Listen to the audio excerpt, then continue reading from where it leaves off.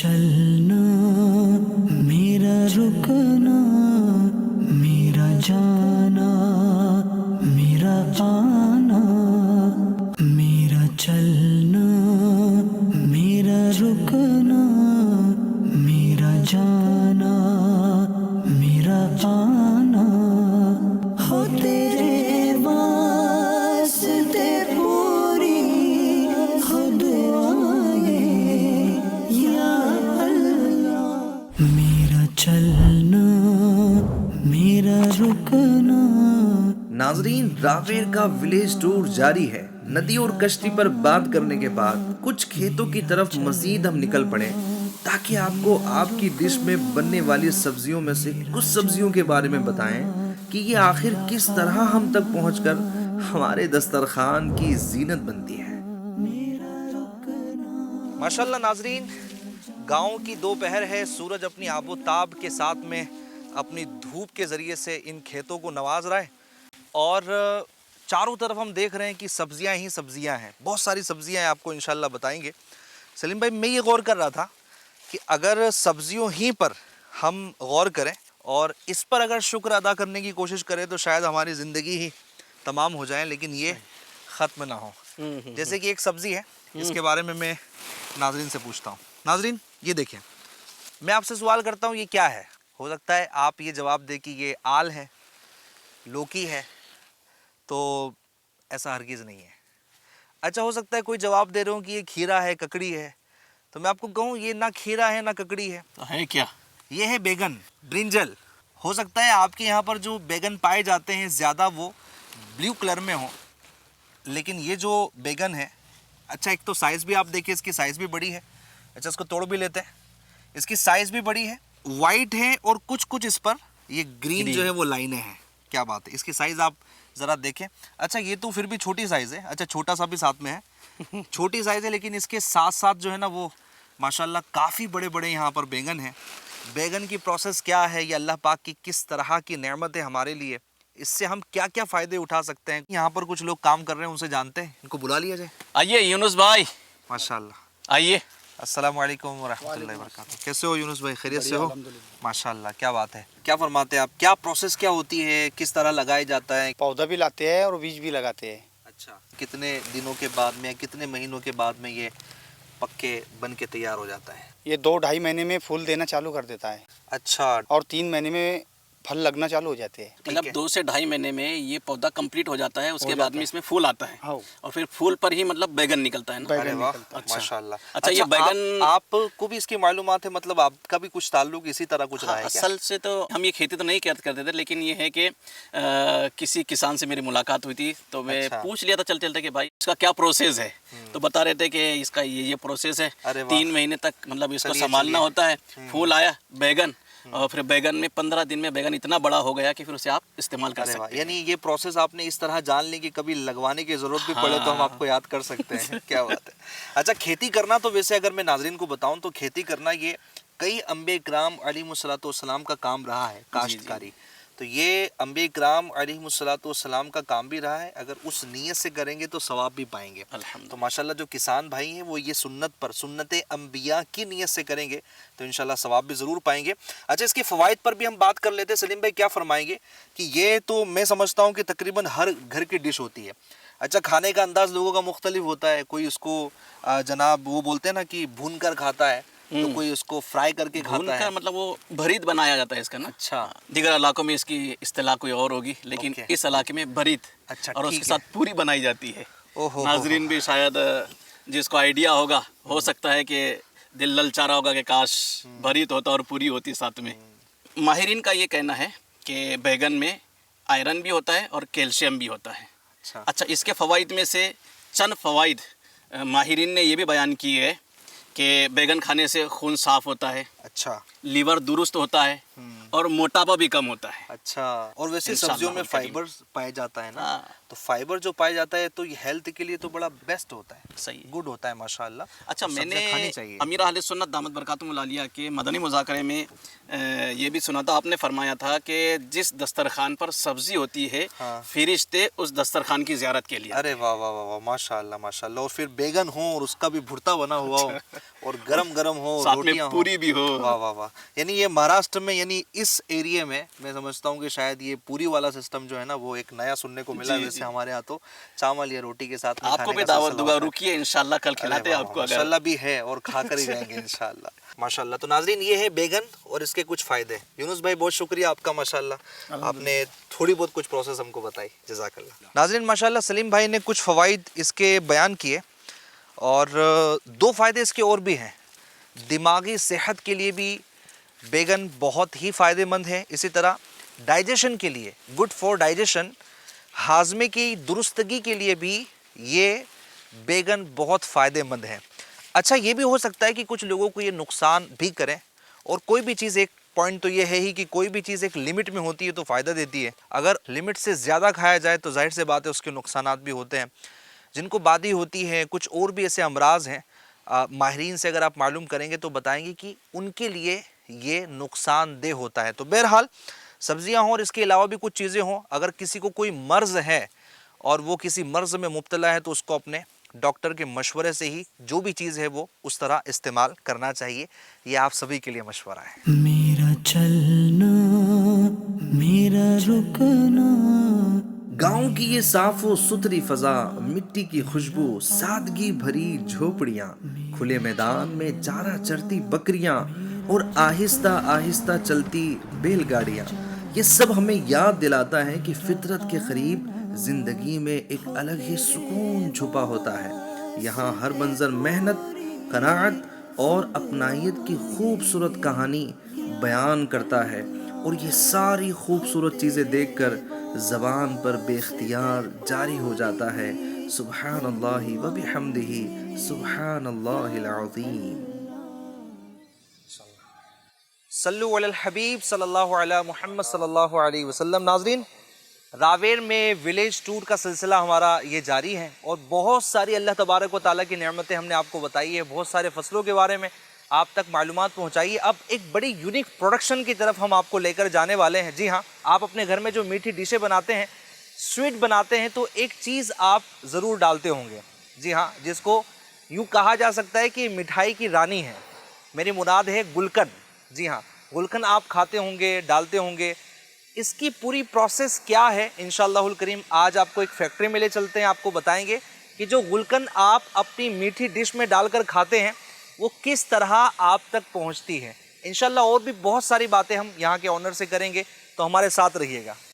अस्सलामु अलैकुम व रहमतुल्लाहि व बरकातुहू। वालेकुम अस्सलाम रहमतुल्लाहि। माशाअल्लाह, कैसे हैं आप, खैरियत से हैं? अल्हम्दुलिल्लाह। माशाअल्लाह। क्या नाम है आपका? शेख आसिफ। शेख आसिफ भाई, माशाअल्लाह, क्या बात है। चलें, आइए, खुश आमदीद। माशाअल्लाह, जज़ाकल्लाह।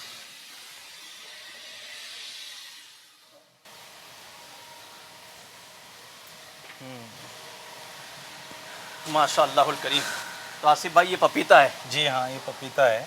अच्छा, इसी पपीते से टूटी फ्रूटी यानी गुलकंद बनता है ना? जी इसकी जो पूरी प्रोसेस होगी जी मुझको भी पता नहीं है, हमारे नाजरीन को भी पता नहीं हो शायद। जी। तो अगर आप ही मतलब पूरी प्रोसेस इसकी बताएं कि ये बनता कैसा है तो हमारे लिए आसानी होगी समझने में।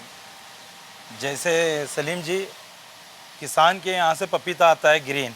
ठीक है, टूटी फ्रूटी के लिए ग्रीन पपीता ही चाहिए होता है। ग्रीन पपीता आने के बाद हैंड पिलिंग मशीनों के ज़रिए इसका छिलका पूरी तरह से साफ़ किया जाता है। अच्छा। उसके बाद उस पपीता को इस टैंक के अंदर सॉल्ट के पानी में इसे स्टोर किया जाता है ताकि ये रबर क्वालिटी तैयार की जाए। अच्छा, ये नमक इसमें जो होता है वो कितने दिन तक रहता है? नमक की कैटेगरी इस तरीके की डाली जाती है, जैसे इसे 18 की ब्रिक्स 18 की ब्रिक्स पर स्टोर किया जाता है सॉल्ट के पानी के अंदर, ताकि इसकी लाइफ बनी रहे। ये 4 मंथ 6 मंथ तक भी पपीता इसमें बिना सड़े बिना गले सही सलामत स्टोर रहता है। ये तो एकदम नई बात है ना। हाँ, बिल्कुल रबर क्वालिटी होने के बाद हमें जिस तरीके के इसका प्रोसीजर के लिए इसे इस्तेमाल करना हो, जो साइज़ देना हो, फिर उसकी हम मशीनों के ज़रिए कटाई करते हैं। अच्छा, यहाँ इसको कितना टाइम रखते हैं आप? इसे 1 मंथ के लिए स्टोर, 1 मंथ स्टोर हो गया, रबर क्वालिटी बेटर हो गई, इसे फिर प्रोडक्शन के लिए, कटाई के लिए आगे मशीनों तक आगे की तरफ जाए। जी, तो चले आगे की तरफ, ये भी देख लेते हैं।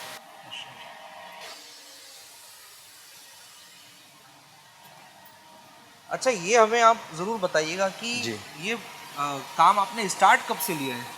देखिए, हमारा पपीता का काम तो हमारे वालिद साहब, हमारे चाचा वगैरह किया करते थे, और ये मैन्युफैक्चरिंग और प्रोडक्शन का काम हम पिछले 4 सालों से कर रहे हैं। अरे वाह, माशाल्लाह जी, क्या बात है। हम आपसे ये भी जानेंगे कि इस पूरे प्रोडक्शन में कितने लोगों को आप रोज़गार दे रहे हैं, जो कि हमारा आज का अहम पॉइंट है कि इस पूरे बिजनेस से, आपकी इस पूरी प्रोसेस से कितने लोगों को रोज़गार मिल रहा है। प्रोसेस को हम आगे बढ़ाते हैं। जी जी। तो वहाँ से फिर यहाँ पर आए ना? यहाँ जी बिल्कुल। टैंक से जब पपीता यहाँ निकलता है और यहाँ तो यहाँ पर सफाई होती है, उसका बीज होता है, जो हल्का सा टचअप छिलका वगैरह बच जाता है उस, या सॉल्ट में की जो थोड़े बहुत असरात होते हैं वो यहाँ वॉश हो जाते हैं। उसको क्लीन करके, बीज साफ करके, यहाँ से हमें जिस साइज़ की कटाई करना है तो फिर इस मशीन पर आता है और उस साइज़ की यहाँ पपीता की फिर कटाई होती है, उसके क्यूब्स तैयार किए जाते हैं। आइए, ये पीस निकल रहे हैं ना? हाँ जी, जिस साइज़ का हमें चाहिए पपीता, उस साइज़ के हम क्यूब्स तैयार करते हैं। मशीन से कटाई करने के बाद जो क्यूब्स होता है वो इस टैंक में स्टोर किया जाता है। यहाँ पर 10 डेज़ के लिए स्टोर करते हैं। जैसे ही इसकी क्यूब अच्छी तरीके से क्यूरिंग हो जाती है, फिर इसे निकाल कर यहाँ पे फाइनल वॉशिंग के लिए लाया जाता है। यहाँ पर उसका वॉशिंग का प्रोसीजर होता है, 4 टाइम वॉश किया जाता है, क्या बात है। ताकि पूरी तरह से सॉल्ट क्लीन हो जाए, क्या बात है, क्या बात है। किसी भी तरह का उसमें स्मेल ना हो, किसी भी तरह का टेस्ट ना आए, सही, बिल्कुल सही। ब्लैंक कर दिया जाता है, यानी सारा काम सफाई सुथराई के साथ आगे बढ़ रहा बिल्कुल है। साफ सफाई के साथ। माशाल्लाह, माशाल्लाह, क्या बात है। वॉशिंग होने के बाद यहाँ छन्ने के लिए आता है, जिसमें जो चूरा होता है, वेस्टेज जो होता है वो नीचे चला जाता है, ठीक और है। जो पपीता का प्योर क्यूब बचता है वो सीधे छनकर पॉट के जरिए कैटलो में जाता है। ओके, ठीक है। केटलो में क्या होता है? कैटल के अंदर जाके बॉइलिंग होती है उसकी। तो देखिए नाज़रीन, यहाँ पर ये हो रहा है बॉईल, ठीक है। यहाँ बॉईल होने के बाद का फिर आगे का प्रोसेस, यहाँ पर बॉइल पूरे टेम्परेचर के साथ, पूरे झाग, जो सॉल्ट के बचे हुए झाग होते हैं, जब तक झाग नहीं निकल जाता है पूरी तरीके से, तब तक इसे पूरा स्टीम के साथ बॉईल किया जाता है। बॉईल होने के बाद इन ट्रॉलियों के अंदर उसे एम्प्टी किया जाता है, जिससे जो पानी होता है एक वो निकल जाता है, और ये जो चीज होता है बॉईल होने के बाद वो आगे शुगर मिक्सिंग के लिए चला जाता है। ठीक है। यानी अभी ये फीका है, ये अभी शुगर मिक्सिंग बाद में होती है। जो गर्म दाना होता है उसके साथ शुगर मिक्स होती है। हमें जितना ब्रिक्स की टूटी फूटी चाहिए उतने ब्रिक्स की हम शुगर मिक्स करते हैं। क्या बात है, क्या बात है। अच्छा, फिर शुगर मिक्स होने के बाद की प्रोसेस? शुगर मिक्स होने के बाद इसे स्टोर किया जाता है 2 डेज के लिए। ओके। 2 डेज आफ्टर फिर उसी चीज को शुगर प्लस क्यूब कैटल में डाला जाता है। ओके। हमें फिर जितना ब्रिक्स का टेम्परेचर की शुगर चाहिए, जितना ज़्यादा मीठा चाहिए, उतने टेम्परेचर की ब्रिक्स लेकर उसमें जो चाहे कलर डाल सकते हो आप, उसे फाइनल प्रोसीजर तक पकाया जाता है। फिर ट्रॉलियों में एम्प्टी करके फाइनल प्रोसीजर के लिए, ड्राई के लिए उस सेक्शन में भिजवाया जाता है। Okay okay. माशाल्लाह। माशाल्लाह। अच्छा, तो ये फाइनल पोजीशन है जी। ये फाइनल प्रोसीजर होकर यहाँ पर आके ड्राई होता है, अरे वाह, और हम चाहे वो कलर बना सकते हैं। कस्टमर की रिक्वायरमेंट के हिसाब से हमें ऑर्डर कंप्लीट करना होते हैं। क्या बात है। फाइनल प्रोसीजर होके यहाँ तैयार हुआ है। कलर कितने होते हैं फिर भी इसमें से? इसमें अक्सर red, orange, yellow, green colour क्या ज़्यादा बात इस चलते हैं। नाज़रीन, तो ये एक कच्चा पपीता पूरी प्रोसेस के बाद में गुजर करके यहाँ आता है, और फाइनल फिर हमारे पास टूटी फूटी होती है। हम मार्केट से लेते हैं और अपनी जो मीठी डिशें होती है उसमें इसको इस्तेमाल करते हैं। अच्छा, अब सवाल ये पैदा होता है कि इसमें अलग अलग तरह के रंग आप ऐड करते हैं, तो ये रंग नुकसानदेह नहीं होता होगा? जी बिल्कुल नहीं नुकसानदेह होता है। अच्छा। क्योंकि ये इसमें जो भी कलर इस्तेमाल होते हैं सब फूड ग्रेड होते हैं। लैब टेस्टिंग होकर वेरीफाइड होकर कंपनियों से आता है, जिसके खाने से किसी भी तरह का नुकसान नहीं होता है। मतलब जैसा आप फरमा रहे हैं कि खाने में बड़ा स्वादिष्ट होता है, लेकिन शुगर वाले इससे एहतियात करेंगे, चूँकि शक्कर है ना। पहले तो ये पपाया से तैयार होता है, तो ये किसी भी तरह का नुकसानदेह नहीं, हर तरीके से फ़ायदेमंद है। और इसमें शुगर जो मिठास के लिए इस्तेमाल की जाती है, ये शुगर पेशेंट के लिए तो फिर दिक्कत वाली बात है। तो चलें, सब खाएं, लेकिन शुगर वाले थोड़ा एहतियात करें। अल्लाह पाक आपको शिफाए कामिला आजिला नाफिया अता फरमाए। आमीन। अच्छा, मेरे लिए सुन्नत यह है, बड़ी प्यारी बात जो है वो फरमाते हैं कि जिसको शुगर हो जाए ना, वो ये समझ ले कि वो अपने हिस्से का खा चुका है, अब वो सब्र करे और अल्लाह पाक की बारगाह में दुआ करे। अच्छा नदीम भाई, कलर तो बड़ा खूबसूरत है। हाँ, क्या ऐसा लग नहीं रहा है कि इसको टेस्ट किया जाए? बिल्कुल आसिफ टेस्ट भाई करना की चाहिए। इजाज़त से। बिल्कुल बिल्कुल बिल्कुल इजाजत है। अरे वाह, माशाल्लाह। देखिए माशाल्लाह। माशाल्लाह, टेस्टी है।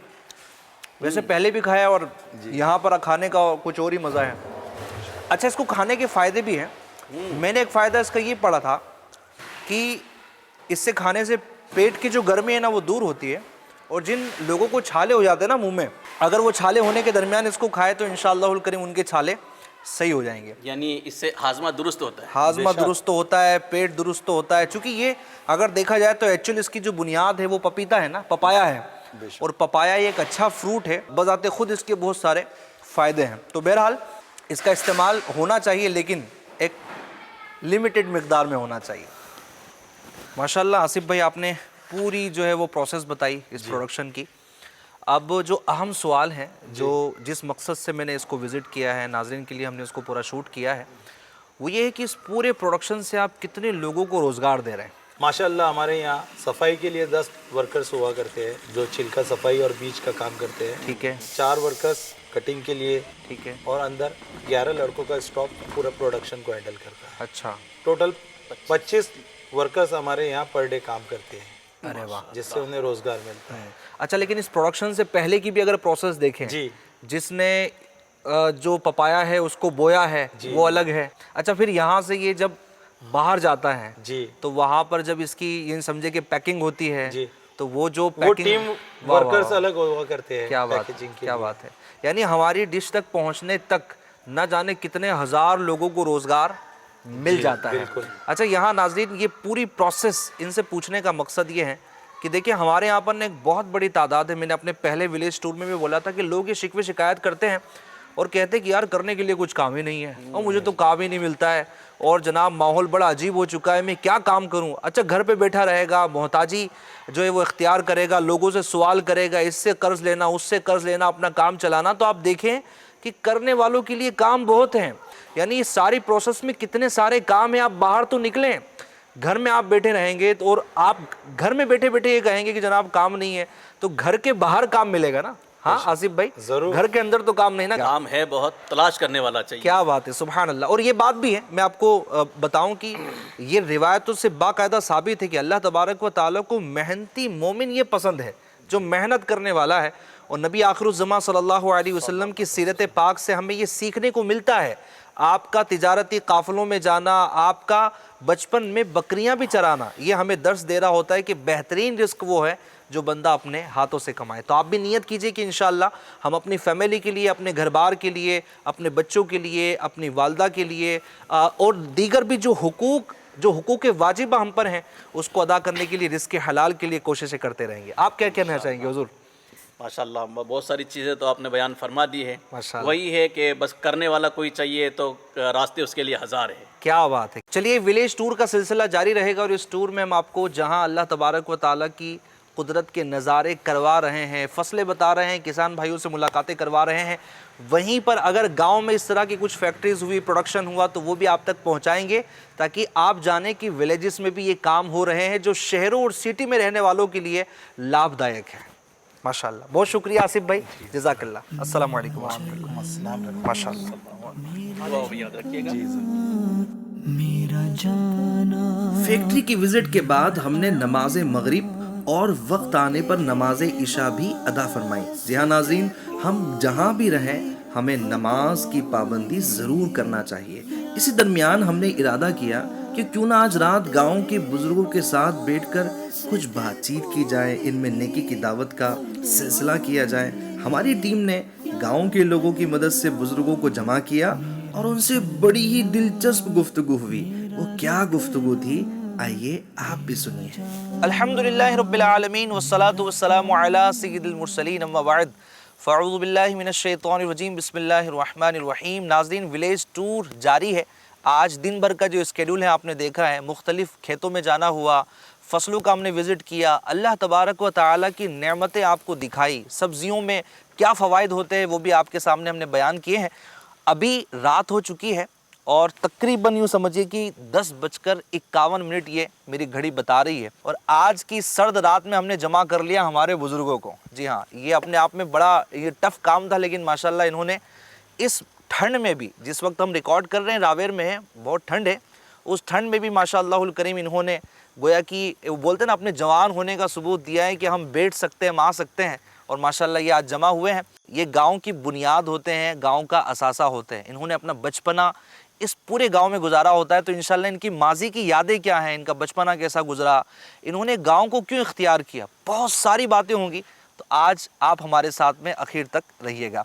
सबसे पहले तो आप सब बताएं, आप कैसे हैं? अरे वाह माशाल्लाह, खैरियत से हैं सब?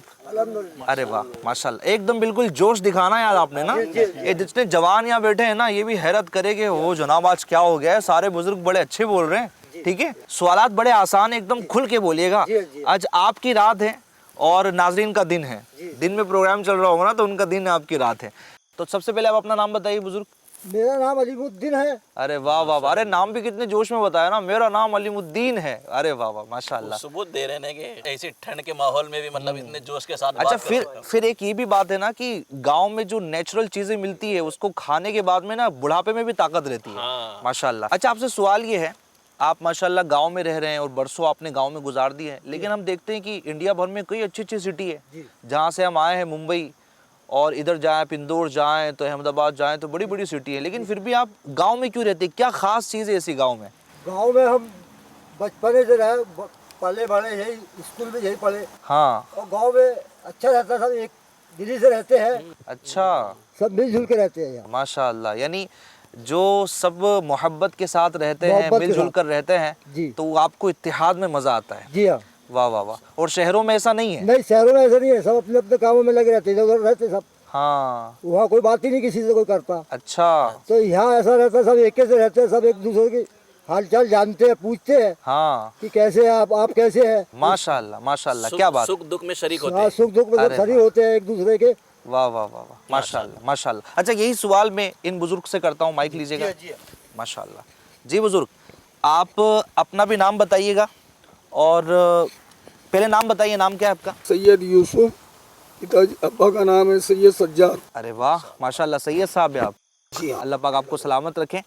आपसे अगर मैं सवाल करूं कि गांव ही की ज़िंदगी क्यों? गाँव की ज़िंदगी इसलिए सही है हमारे लिए कि यहाँ पर ही हमारा बचपना गुजरा है। हाँ। और यहाँ के लोग बड़े तहजीब वाले रहते हैं। अच्छा। और सिटी के लोग इस तहजीब के लायक नहीं है, अच्छा, क्योंकि वो उनके इख्तियार में रहते हैं, कोई किधर रहता है, कोई किधर रहता है। हम लोग जो यहाँ रहते हैं, हम सब लोग एक दूसरे के साथ रहते हैं, भाईचारे के साथ रहते हैं। हाँ। हमारा रहन सहन जो है तो बहुत अच्छे से गुजरता है। अच्छा। हमारा बचपना भी सही गुजरा, हमारी जवानी भी सही गुजरी। हाँ। अल्लाह का बड़ा एहसान और करम है अरे कि वाह। आज हम सब साथ में रहते हैं। सब अरे वाह वाह 5 वक्तों की नमाजें होती है, अल्लाह नमाजें करता है हमारी। वाह वाह अल्लाह का वाह। बड़ा एहसान है अरे कि वाह। आज हम ताज्जुब भी पढ़ते हैं। अच्छा, और अल्लाह ने माशाल्लाह। उसके घर की ज़ियारत भी करा लिया हमारी। अच्छा, मतलब हाजी भी बन गए आप या उम्रा किया है? हाँ जी। अरे हज कर लिया माशाल्लाह। अच्छा, शहर वाले नाराज मत होइएगा, ये इनके अपने जज्बात हैं कि हम गांव वाले ये करते हैं, शहर वाले नहीं करते, इनका ऑब्जर्वेशन है। शहर में अगर आप ये सब करते हैं तो मदीना मदीना, नहीं करते हैं तो चले आप नसीहत के तौर पर ही ले लीजिएगा।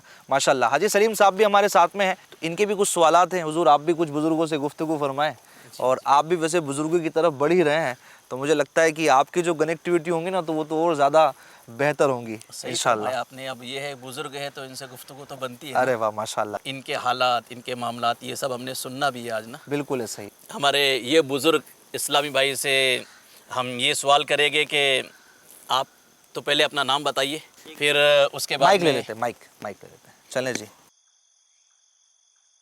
मेरा नाम है शेख बिस्मिल्लाह शेख अमीर, रावेर वाले। माशाल्लाह। कैसे बिस्मिल्लाह भाई, ठीक हो? अल्हम्दुलिल्लाह। देखिए क्या होता है कि पहले इंसान बच्चा होता है, हाँ, फिर जवानी, उसके बाद बुजुर्गी आती है। सही बात है, हक है। अच्छा, ये है ना कि कुछ ज़िंदगी के वाक़यात बचपन में भी ऐसे गुजरते हैं कि जो दिमाग में नक्श हो जाते हैं, इंसान उसको ज़िंदगी भर नहीं भूलता। अल्हम्दुलिल्लाह। ऐसे ही जवानी में भी होता है, ऐसे ही इंशाअल्लाह। बुजुर्गी में भी होता है। सही बात। तो मैं आपसे ये जानना चाहूँगा कि बचपन का कोई यादगार वाक़या है? वाकया याद है मुझे। हाँ। हमारे माँ बाप जब कोई मेहमान आते थे ना घर के ऊपर, तो बड़े खुश होते थे। अच्छा।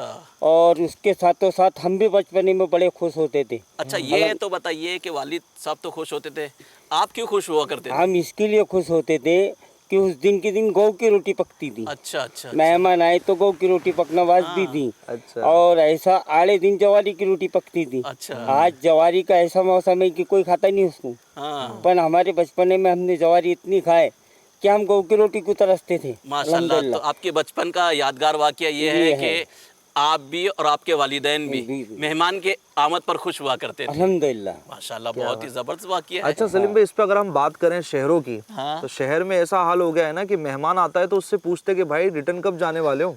अच्छा, ट्रेन का टाइम भी खुद बताते हैं कि इतने बजे ट्रेन है, निकल जाओ। तो माशाल्लाह गांव में ये नेचर अब भी है कि मेहमान का इंतजार किया जाता है ना। अल्हम्दुलिल्लाह, मेहमान का आज भी इंतजार किया जाता है, क्योंकि मेहमान जब आता है ना घर के पे तो वो खुद उसको रिस्क को लेके आता रिस्क है। लेकर आता है। सही है। अपनी अंदर कोई ऐसी ताकत नहीं है कि अपन उसको रिस्क को उसको खिला सके। यानी अगर जो घर के अंदर मेहमान आने के बाद नाराजगी हो तो वो घर घर नहीं है। जी जी जी। जो आदमी बंदा अगर मेहमान से खुश होता है तो अल्लाह उससे भी खुश होगा। क्या बात है, माशाल्लाह। नहीं माशाल्लाह, बुजुर्ग हैं और ये सारी चीजें भी इनको याद है। वाह वाह वाह। अच्छा, ये है ना कि वो जैसा आपने फरमाया ना कि गांव में ये कल्चर है ना कि मेहमान की आमद पर खुशी होती है, और शहर में ये होता है कि भाई कब जाएंगे। तो वो बज़ाहिर ज़बान से तो नहीं कह रहा होता है कि भाई जाओगे कब, लेकिन ये है कि उसके अमल से ऐसा जाहिर होता है कि भाई अब जाना होगा। यानी बात ऐसे होते हैं। लेकिन चले माशाल्लाह, गांव की दावतें होती हैं, गांव में कोई मेहमान जाए। अच्छा, ये भी तो होता होगा ना कि गांव में पहले मेहमान आते थे तो वो महीनों 15-15 दिन रुकते भी थे, तो कोई प्रॉब्लम नहीं होती थी। बहना वगैरह आते थे तो 1-1 महीना 2-2 महीने रुकते थे। और आज का दौर ऐसा है कि अगर बहन घर के पे 1 दिन रुक गई तो आप नाराज होते हो उससे। हम तो बहना से बड़े खुश होते थे अल्हम्दुलिल्लाह। और अल्लाह उनके अंदर और हमारे अंदर भी मोहब्बत डाले। वाह वाह वाह, माशाल्लाह माशाल्लाह, बहुत अच्छा फीडबैक आपने दिया है बचपन के हवाले से। जबरदस्त। मजा आया नहीं आया? मजा आया माशाल्लाह माशाल्लाह। अच्छा, ये है ना कि बचपन का भी यादगार वाकया होता है, जवानी का भी यादगार वाकया होता है। मैं इनसे ये जानना चाहूँगा कि अभी तो चूँकि इनकी बुजुर्ग ये बुढ़ापा है, हाँ जवानी और बुढ़ापा, हाँ इसमें ये लोग क्या महसूस कर रहे हैं? हाँ। जैसा कि आपका नाम क्या है? माइक दीजिएगा, आइए। माइक दीजिए, लीजिए बुजुर्ग। माशाल्लाह जी।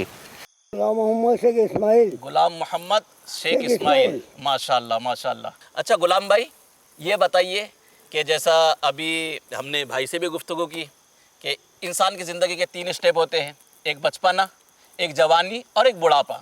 ये 3 स्टेप में आपको कौन सा स्टेप पसंद है? जवानी की था। जवानी का दौर था ना। अल्लाह, क्या बात है जी। जवानी की याद। अच्छा, लेकिन आप अभी आप बुजुर्ग हो गए, आपने मान लिया कि आप बुजुर्ग हो गए। अच्छा, देखो एक बार गौर कर लो। हाँ, हो सकता है आप जवान हो। देखो आज भी दिल जवान है, दिल जवान है। हाय, ये बात होती है ना। देखो, दिल जवान हो और इरादे जवान हो तो बंदा जवान है ना। दिल जवान है। अच्छा, ये ना नदीम भाई, इरादे जवान है तो ही तो इतनी रात में सर्दी में बैठे हुए हैं। माशाल्लाह। आपने ये फरमाया कि ये 3 स्टेप में आपको जवानी मतलब ज्यादा पसंद थी, ऐसा ही है ना? क्योंकि ये ना कि जवानी में इबादत भी, मतलब अल्लाह की इबादत भी जवानी में इबादत। हाँ, 8 साल नमाज पढ़ रहा मैं, 8 साल की उम्र से। माशाल्लाह, अरे वाह, क्या बात है। अच्छा, एक और सवाल है ना सलीम भाई, वो इनसे बुजुर्गों से लाजमी होना चाहिए, ठीक है? वो ये है कि आज का जो डिजिटल ज़माना है ना, हम देखते हैं बच्चों के सबके हाथ में मोबाइल है। अब आपके पास जो है वो बचपन में मोबाइल तो था नहीं, ठीक है? अभी तो बच्चा खाता नहीं तो हाथ में मोबाइल दे देते हैं, लोग खा लो, मोबाइल चला रहा है, वीडियो गेम खेल रहा है। हालांकि खेलना नहीं चाहिए। बचपन में आप लोग के पास खेलने के लिए क्या था? आप बताइए, इनको माइक दीजिए जी। आप अपना नाम बताइए। सुलेमान खान। अरे वाह, सुलेमान खान साहब है, कोई शेख है, कोई सैयद साहब है, सब बैठे हुए माशाल्लाह। संगम है जी। गिल्ली डंडा खेलते थे। अच्छा, भागा दौड़ी करते थे। हाँ, फुटबॉल भी तो खेलते होगे ना? फुटबॉल का जमाना नहीं था ना। नहीं था, हाँ, बचपन में फुटबॉल तो बाद में आया ना। ओह, ईटी डंडों का जमाना था। अच्छा, खूब खेलते थे। वाह वाह वाह। आप क्या खेलते थे? माइक में बनाओ ना सा, क्या खेलते थे? हम ईटी डंडू खेलते थे, कबड्डी खेलते थे। हाँ, अच्छा चले, माशाल्लाह आपने बताया। लेकिन आपसे एक और सवाल कर लूं? जी, आप करिए। अगर वापस बाई चांस अगर बचपना आपका लौट कर आ जाए, वैसे होता नहीं है, जवानी लौट कर नहीं आती, बचपना लौट कर नहीं आता, ठीक है, अगरचे वो हमें पसंद है, लेकिन अगर बचपना लौट कर आ जाए तो आप कौन सा खेल खेलना पसंद करें? यानी मोबाइल चलाएंगे या फिर वही वाला पुराना? आज का जमाना जो है तो मोबाइल का जमाना हो गया। हाँ, तो आप भी मोबाइल चलाएंगे या फिर पुराने वाले गेम में रहेंगे? नहीं, आज के दौर के हिसाब से तो मोबाइल पर आ जाएगी। अच्छा, और देखो भाई मोबाइल चलाने का मामला तो है, यानी बुजुर्गों को गांव में मोहब्बत मोबाइल से है तो सही यार। आज ये का तो जो है, दौर है, ये जब बचपने में आ जाएगा तो इंसान खुद ब खुद मोबाइल पर ही आ जाएगा। ऐसा है। लेकिन होना क्या चाहिए? होना तो मोबाइल नहीं होना चाहिए। मोबाइल जो है, ये मोबाइल ने अपनों से दूर कर दिया। जो मिलना है वो दूर हो गया। यानी मोबाइल पर बात कर लिए, हो गई बात। और पहले मोबाइल नहीं था तो एक दूसरे का मिलाप होता था, एक दूसरे से मिलते थे। अच्छा सैयद साहब, आपने अपनी गुफ्तगू में ये भी फरमाया कि आपने हज भी कर आ गए, माशाल्लाह, अल्लाह की रहमत से आप तहज्जुद भी अदा करते हैं, 5 वक्त नमाज भी अभी अदा करते होगे। अच्छा ये है ना कि ये बुढ़ापा और गुजर गई जवानी, आपने जवानी में भी इबादत की, आप बुढ़ापे में भी इबादत कर रहे हैं, आपको डिफरेंस क्या लगा, फ़र्क क्या लगा दोनों में? बुढ़ापे की इबादत में और जवानी की इबादत में फ़र्क है। अच्छा, जवानी की इबादत बोलो तो इबादत भी हो। अच्छा, अभी कमजोरी हो गई, इस वजह से कमजोरी के हिसाब से इबादत है। सही से सजदा नहीं होता होगा, रुकू सही से नहीं होता होगा। रुकू सजदा नहीं होता, जवानी के अंदर रुकू सजदा सही होता था। क्या बात, माशाल्लाह। तो ये है ना कि नदीम भाई, जवानी अल्लाह की बहुत बड़ी नेमत है। वो लैत शबाब यऊदु, काश जवानी लौट कर आती, लेकिन जवानी दोबारा अब लौट कर नहीं आएगी। जो जिंदगी के दिन बचे हैं उसमें क्या करना है हमें? इबादत करना है। क्या करना है आप बोलिए ना जरा जोर से, क्या करना है? इबादत करेगा और क्या करेंगे? वाह वाह वाह, क्या करेंगे भाई? इबादत ही करेंगे ना। वो हुजूर मुफ्ती आज़म माशाल्लाह रहमतुल्लाहि ताला अलैह ने क्या खूब फरमाया है ना। आप फरमाते हैं कि इबादत के यही दिन हैं, बुढ़ापे में कहा हिम्मत, जो करना है अभी कर लो कि नूरी जवा तुम हो। वाह वाह। तो जवानी की इबादत तो इबादत होती है। जवानी की इबादत बहुत लाजवाब इबादत। अगरचे चले जवानी जैसी इबादत नहीं, लेकिन बुढ़ापे में इबादत करनी जरूर है। हाँ, मैं नाजरीन को भी मतलब अर्ज़ करूँगा कि अल्लाह पाक ने जवानी दी है तो उसका सही इस्तेमाल हो, और इस जवानी में अल्लाह की इबादत खूब दिल जमाई के साथ हमने करनी चाहिए। जवानी का एक सजदा बुढ़ापे के 70 सजदों से अफजल है। बुढ़ापे में इबादत तो हो रही है, लेकिन उस हिम्मत के साथ नहीं हो रही है। आपके पास अभी हिम्मत है, आपके पास जवानी है, तो आप बिल्कुल दिल जमाई के साथ, लगन के साथ जवानी में इबादत करने की भरपूर कोशिश कीजिए। वाह वाह वाह, माशाल्लाह। अच्छा, अब माइक दीजिएगा ज़रा, इंशाल्लाह आपकी तरफ भी फिर आएंगे। ये आप लीजिएगा। चलिए जी, ठीक है, माशाल्लाह। आपसे सवाल है मेरा, आपकी पूरी ज़िंदगी में कोई ऐसी खुशी बताइए जो खुशी आपके लिए सबसे बड़ी खुशी हुई। बोलते ना कि यार ये जो खुशी थी ना, खुशियाँ तो बहुत थी, लेकिन जब मैंने ये खुशखबरी सुनी ना तो मेरे को मज़ा आ गया। कौन सी खुशी थी वो? देखो, जिंदगी के अंदर इंसान की बहुत खुशियाँ आती, हाँ, और सबसे बड़ी खुशी इंसान को, अगर वो नमाजी रहे, तो उसकी औलाद अगर नेक शख्स से निकल जाए, वाह वाह वाह, तो उसको किस बात का गम नहीं रहेगा। अल्लाह अल्लाह, अल्लाह की उसके घर के अंदर रहमत चमकेगी। औलाद अगर अच्छी रही तो जिंदगी बाकी की बुढ़ापा कटने को कोई टाइम नहीं लगेगा। हाँ, ये तो बुजुर्ग सिखा रहे हैं ना सलीम भाई, ये सिखा रहे हैं कि अगर औलाद नेक बना दी गई, औलाद नेक निकल गई, तो बुजुर्ग हैं हमारे इस्लामी भाई, इनके लिए सबसे बड़ी खुशी है माशाल्लाह। जी, माइक इनको दीजिएगा। आपका नाम बताइएगा जी? शेख सुलेमान अब्दुल रहमान हाजी। माशाल्लाह। आपसे अगर मैं सवाल करूं, सबसे बड़ी खुशियाँ एकदम अपने दिल से पूछिएगा।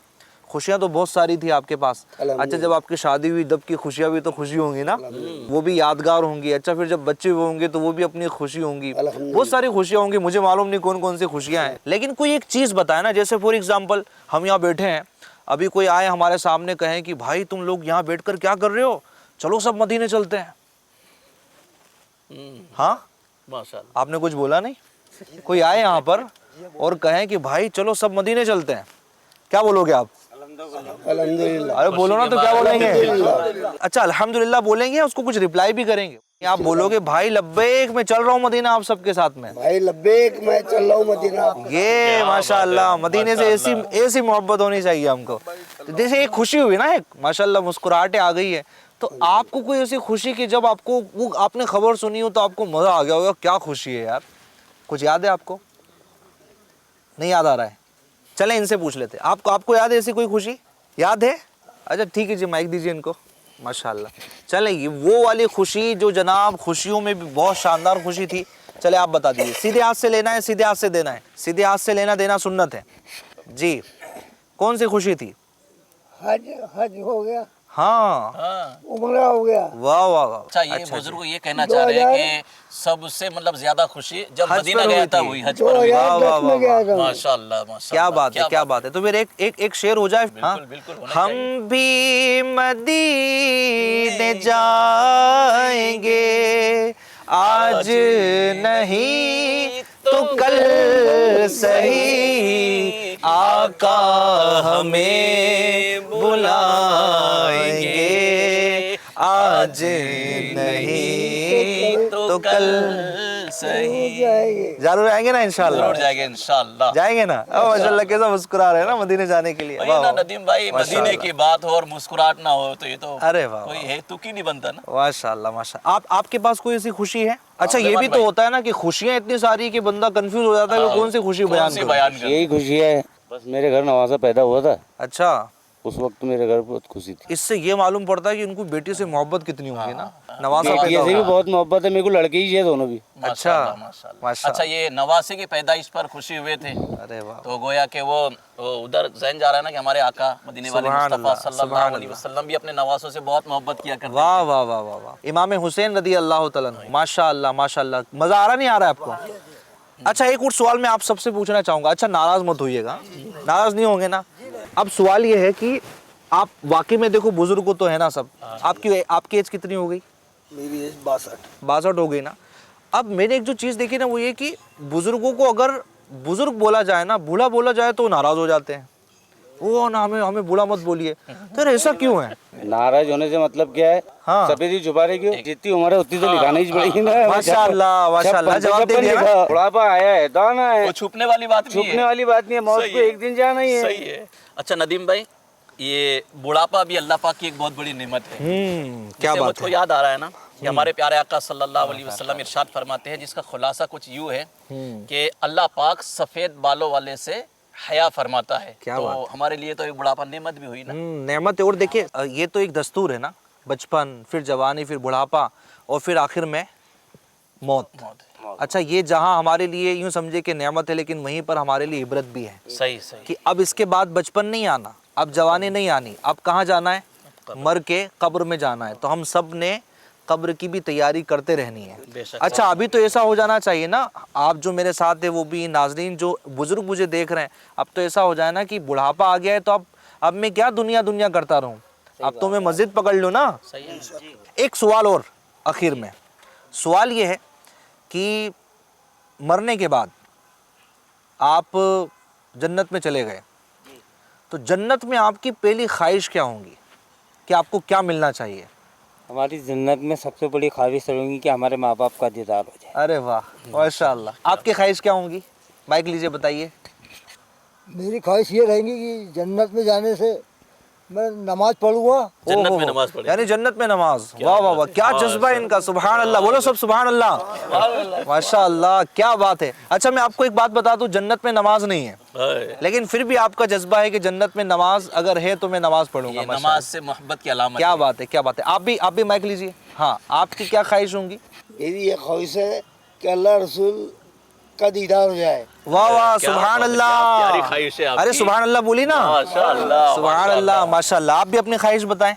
अगर जन्नत में अल्लाह पाक की अता से हम दाखिल हो गए तो जन्नत में सबसे पहली चीज़ आपको क्या चाहिए? सबसे पहले हमारे आका मोहम्मद मुस्तफा हाय हाय हाय, सल्लल्लाहु ताला अलैहि वसल्लम। दीदार नसीब हो, हाय और उसके हाय। बाद हमारे माँ बाप का दीदार। हाय हाय हाय। वो किसी शायर ने कहा है ना, छुप छुप के जहाँ से मैं उन्हें देख सकूं, जन्नत में मुझे मेरे खुदा ऐसी जगह दे, है ना। माशाल्लाह। आप क्या चाहेंगे जन्नत में अगर चले जाएंगे तो? हमारे नबी करीम सल्लल्लाहु अलैहि वसल्लम का दीदार। सुभान अल्लाह, सुभान कब्रों में भी दीदार हो, आखिरत में भी दीदार हो। अरे सुभान अल्लाह माशाल्लाह। सब क्या बोलेंगे बुलंद आवाज से? सुभान अल्लाह, सुभान अल्लाह माशाल्लाह। जी मोहम्मद मुस्तफा सल्लल्लाहु अलैहि वसल्लम की दीदार करा दे हाँ। अल्लाह ताला। हमारे बुजुर्गों से एक सवाल और मजीद करना चाहूंगा। जी। जन्नत में आप जाना चाहते हैं ना, आप भी जन्नत में जाना चाहते हैं, आप अल्लाह की मर्जी भी, है। लेकिन आप तो है बूढ़े। मुझको वो याद आ रहा है ना, आप रहनुमाई फरमाएं कि हमारे आका सल्लल्लाहु अलैहि वसल्लम ने एक मौके पर इरशाद फरमाया कि कोई बूढ़ा जन्नत में नहीं जाएगा। भाई, सच्ची बात है। अब कोई बूढ़ा जन्नत में जाएगा नहीं तो फिर जन्नत में गुलामों को बुढ़ापा ही नहीं आएगा ना। हाँ नबी के गुलामों को बुढ़ापा अच्छा, देखो वो इसीलिए मेरा सवाल ना दुरुस्त था कि बूढ़े जो है ना कैसे ना कैसे हाँ वो इसी वजह से कि भाई हम जवान, आप कौन है, बूढ़े हैं जवान है? मोहम्मद के गुलाम है। वो सुभान नहीं अल्लाह। सकता। अच्छा चले इसको क्लियर करता हूँ। हुआ क्या था ना कि एक बूढ़ी औरत हुजूर सल्लल्लाहु अलैहि वसल्लम की खिदमत में आई, तो हुजूर अलैहिस्सलातु वस्सलाम ने उससे कहा कि एक बुढ़िया सुन, जन्नत में कोई भी बूढ़ा नहीं जाएगा। अब वो क्या हो गई, उदास हो गई कि मैं तो बूढ़ी हूँ, मैं जन्नत में नहीं जाऊंगी तो क्या होगा। तो हुजूर अलैहिस्सलातु वस्सलाम तो रहमतुल लिल आलमीन है, अल्हम्दुलिल्लाह। आप तो सबको खुश करने के लिए आए हैं, है ना। आप कौन है, मुबश्शिर हैं। मुबश्शिर का मतलब होता है खुशखबरी देने वाला। माशाअल्लाह। तो आप तो खुशियां लुटाने आए हैं, सुभान अल्लाह, है ना जी। तो हुजूर अलैहिस्सलातु वस्सलाम कब चाहते हैं कि वो मायूस हो जाती, आपने उसको खुश करने के लिए फिर क्या इरशाद फरमाया कि पूरी बात सुन, बात ये है कि जो भी जन्नत में जाएगा बूढ़ा होगा तो अल्लाह पाक उसको जवान कर देगा। सुभान अल्लाह। हम जितने हैं ना जो बूढ़े भी इंतकाल करते हैं ना, ये क़यामत के दिन जब जन्नत में जाएंगे तो 30 साल की इनकी उम्र हो जाएगी। माशाअल्लाह। 30 साल की उम्र में सब जन्नत में जाएंगे। तो चाचा आप भी 30 साल के होने वाले हैं। सुभान अल्लाह। माशाअल्लाह। सुलेमान भाई भी 30 साल के हो जाएंगे। माशाअल्लाह, कितना खुश हो रहे हैं ना, माशाअल्लाह, क्या बात है। जन्नत में जाएंगे इंशाअल्लाह। और वो किसी शायर ने लिखा है ना कि जन्नत में जाएंगे तो कैसे जाएंगे, बताऊं कैसे जाएंगे। खुल्द में होगा हमारा दाखिला इस शान से, या रसूल अल्लाह का नारा लगाते जाएंगे। नारे रिसालत या रसूल अल्लाह के नारे से हमको प्यार है, इंशाअल्लाह अपना बेड़ा पार है। सुभान अल्लाह, माशाअल्लाह माशाअल्लाह। तो नाज़रीन, ये प्यारी प्यारी गुफ्तगू हो गई, आपने देखा है बुजुर्गों में कैसा जोश है, माशाअल्लाह, हिम्मत है। अच्छा, इनकी नमाज से मोहब्बत, जन्नत में जाएं तो हमें क्या चाहिए उससे मोहब्बत। अच्छा मैं आपको बताऊं, जन्नत में तो बहुत सारी चीज़ें हैं ना।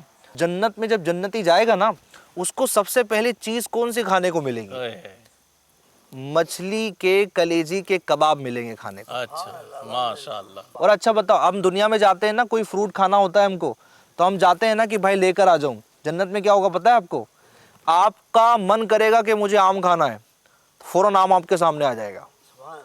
आम खाते खाते आपका मन करेगा कि संतरा खाना है, तो वही आम संतरा बन जाएगा, कहीं जाने की जरूरत नहीं है। अच्छा, आपका मन करेगा, कोई परिंदा उड़ रहा है, ठीक है, कोई परिंदा उड़ रहा है, आपका मन करेगा कि मुझे इसका गोश्त खाना है, आपका मन होते ही वो परिंदा भून कर आपके सामने प्लेट में आ जाएगा। क्या बात है। हम जो यहाँ पानी पीते हैं तो पानी पानी होता है, लेकिन वहाँ पर 3 नहरें होंगी, दूध की, पानी की और शराब की। आप कहेंगे शराब जन्नत में, तो शराब ये वाली नहीं जो दुनिया में कि बंदा पिए तो जनाब मदहोश हो जाए, वो शराब ऐसी होंगी कि बंदा पिएगा तो मस्त हो जाएगा। वो तीनों नहरें कहाँ होंगी पता है, सबके घर के आगे होंगी, सबके घर के आगे तीनों। और इंशाल्लाह जाएंगे जन्नत में मजे लेने के लिए। तो माशाल्लाह नाज़रीन, बड़ी प्यारी गुफ्तगू हुई है इन बुजुर्गों के साथ और बहुत मजा आया। उम्मीद है आपको भी मजा आया होगा इंशाअल्लाहुल करीम। और भी विलेजेस में हम जाएंगे तो बुजुर्गों से आपकी मुलाकात करवाएंगे, उनकी माजी की यादें भी आप तक पहुँचाने की कोशिश करेंगे। आखिरी मेरा पैगाम ये है कि जो जवान हैं, जिनके वालिदैन बूढ़े घर में हो चुके हैं, उनसे रिक्वेस्ट है खुशियाँ इनके साथ एंजॉय कीजिए। ये खुशियों के मोहताज होते हैं।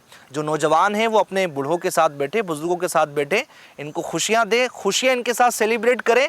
ये इंतज़ार कर रहे हैं आपका, आपकी बातों का। जिनके माँ बाप खुश, उनसे अल्लाह भी खुश हो जाता है। इंशाल्लाह आप बैठेंगे, इनको खुशियाँ देंगे, ये भी खुश होंगे और आप भी खुश होंगे। अपना बहुत ख्याल रखिएगा।